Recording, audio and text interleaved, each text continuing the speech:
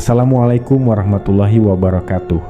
Sobat Embois, selamat datang kembali di channel Jejak Cah Embois, tempat kita mengungkap misteri dan kisah-kisah yang menyimpan teka-teki tak kasat mata.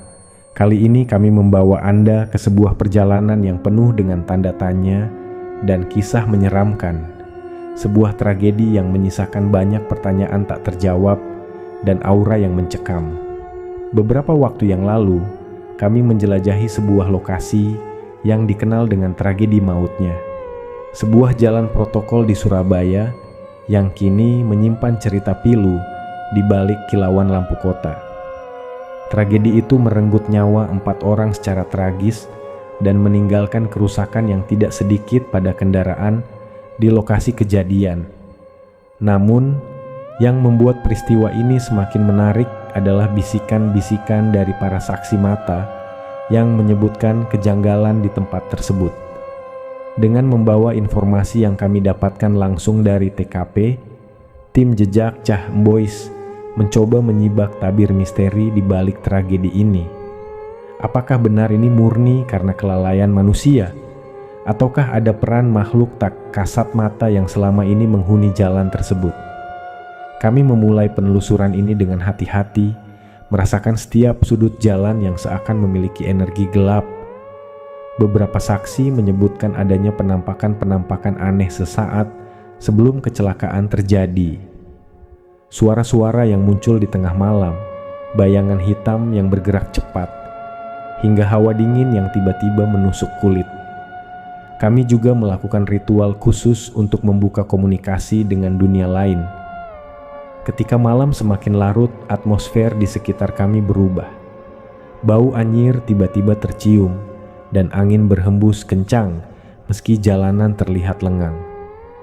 Apakah ini pertanda bahwa ada sesuatu yang ingin menyampaikan pesan kepada kami? Temukan jawabannya dalam penelusuran kami yang mendebarkan ini.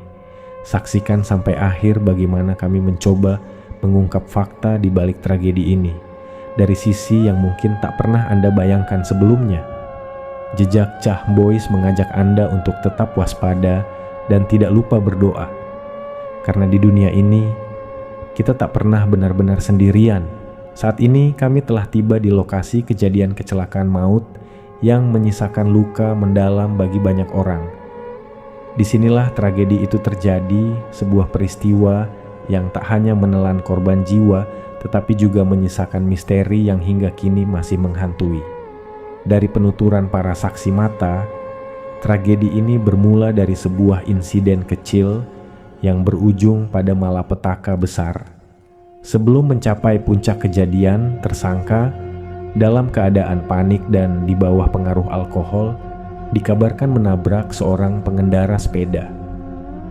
Bukannya berhenti untuk mempertanggungjawabkan perbuatannya, ia justru melarikan diri, melajukan mobilnya dengan kecepatan tinggi.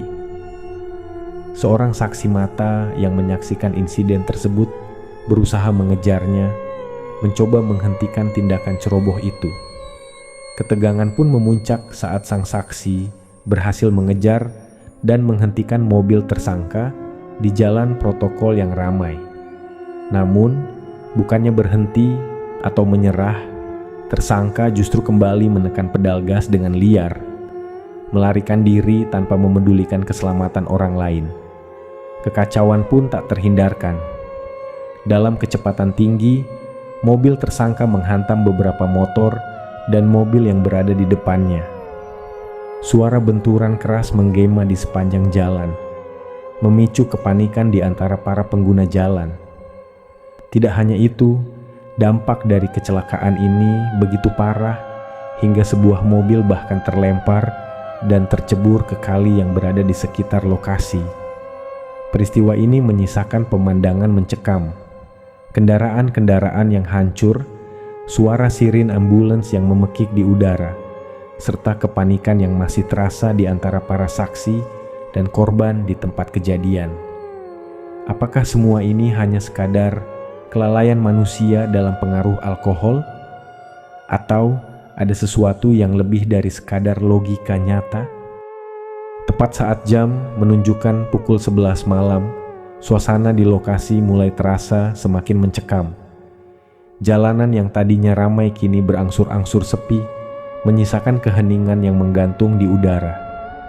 Angin malam bertiup pelan, seakan menyampaikan pesan dari dunia yang tak kasat mata.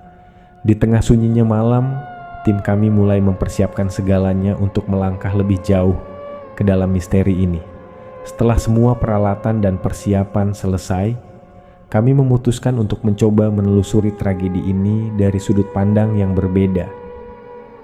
Melalui proses mediumisasi, kami berusaha membuka komunikasi dengan sosok gaib yang mungkin mengetahui atau bahkan terlibat dalam peristiwa nahas ini. Ritual pun dimulai dan suasana di sekitar kami perlahan berubah. Hawa dingin menyelimuti lokasi, sementara bayangan gelap terasa seakan mengintip dari kejauhan. Tak lama kemudian, mediator kami mulai menunjukkan perubahan. Tubuhnya gemetar, nafasnya menjadi berat, dan akhirnya sebuah suara yang asing keluar dari mulutnya. Sosok yang hadir mengaku sebagai siluman ular, makhluk dari bangsa gaib yang memiliki keterkaitan dengan tempat ini. Dialog kami dengan sosok tersebut mengungkapkan fakta mengejutkan.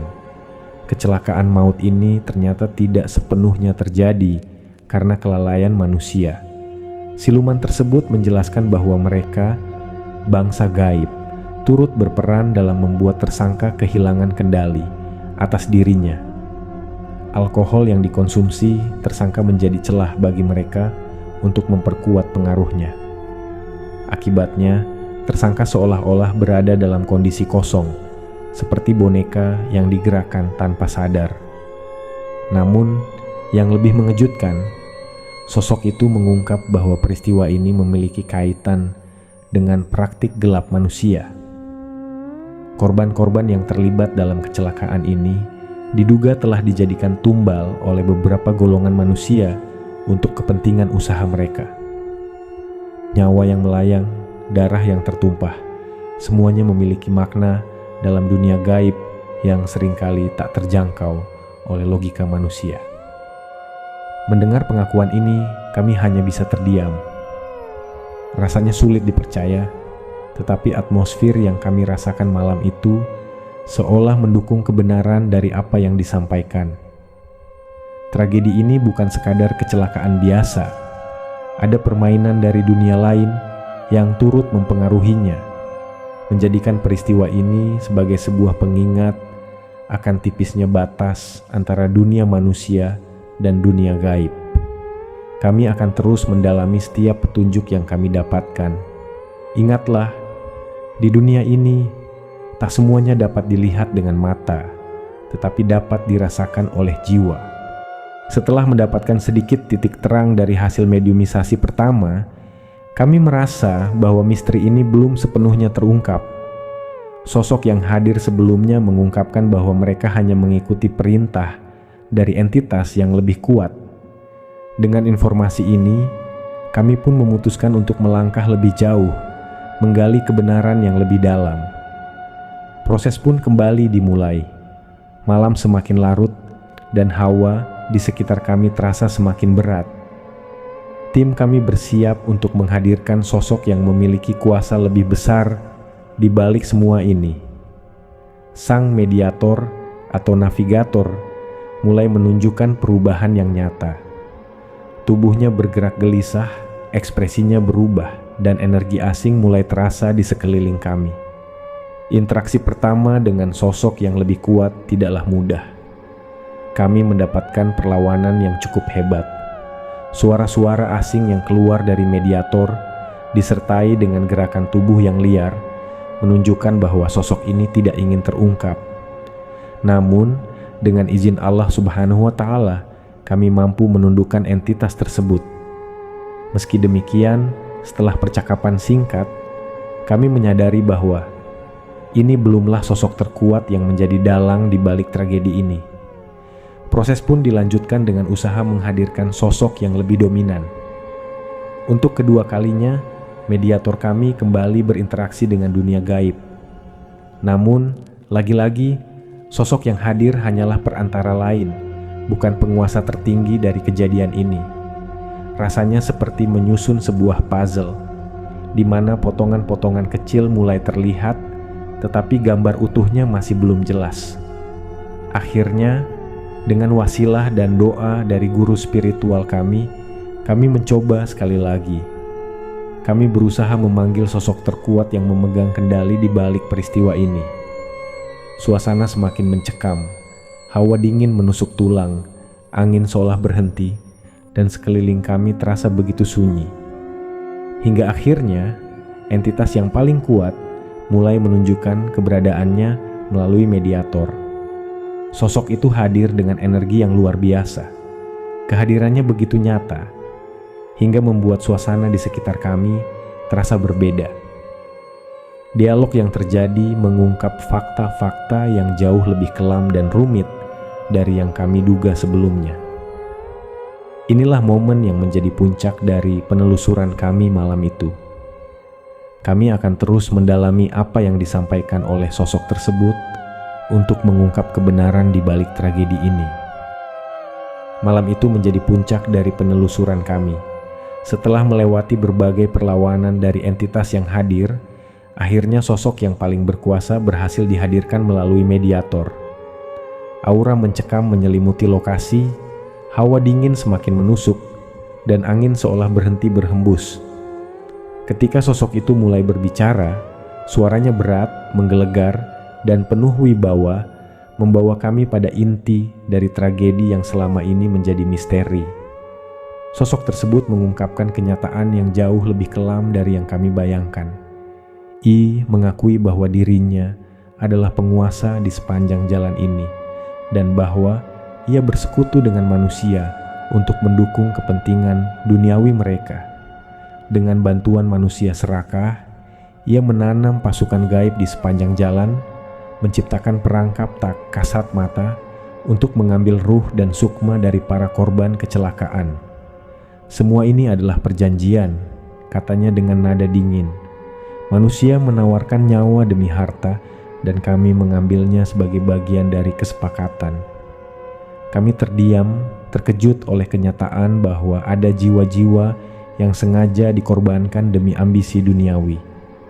Sosok itu melanjutkan, namun ingat, bagi mereka yang selalu mengingat Tuhannya, kami tidak akan mampu menyentuhnya. Hanya manusia yang lalai yang menjadi sasaran kami. Suasana semakin mencekam ketika ia menambahkan, di sepanjang jalan ini, kami bukanlah satu-satunya. Masih banyak dari kami yang ditempatkan oleh manusia yang rakus. Mereka ada di mana-mana, mengintai siapa saja yang lengah. Pengakuan ini menutup semua teka-teki yang telah kami susuri sepanjang malam. Tragedi ini bukan hanya soal kelalaian manusia, tetapi juga permainan kelam antara dunia gaib dan manusia yang mengorbankan nilai-nilai kemanusiaan demi keuntungan pribadi. Namun, di tengah kegelapan cerita ini, ada pelajaran yang harus diambil. Sosok itu, meskipun berasal dari dunia gaib, mengingatkan kami untuk selalu ingat kepada Tuhan, untuk senantiasa berdoa dan berlindung kepadanya. Karena hanya dengan keimanan, kita dapat terhindar dari bahaya yang diciptakan oleh manusia dan makhluk gaib sekalipun. Kami meninggalkan lokasi dengan perasaan campur aduk, takjub, takut, sekaligus tersadar akan tipisnya batas antara dunia manusia dan dunia gaib. Ini adalah klimaks dari penelusuran kami, sebuah pengingat bahwa kehidupan bukan hanya tentang apa yang terlihat, tetapi juga tentang apa yang tersembunyi di balik tabir gelap. Jejak Cah Boys menutup malam itu dengan satu pesan penting. Jangan pernah lalai, jangan pernah lengah. Dunia ini penuh rahasia, dan hanya mereka yang berpegang teguh pada keimanan yang akan selamat dari segala tipu daya. Saksikan kisah penuh misteri selanjutnya hanya di Jejak Cah Boys. Ingat, tetap waspada, tetap beriman, karena di dunia ini yang terlihat belum tentu seluruhnya nyata.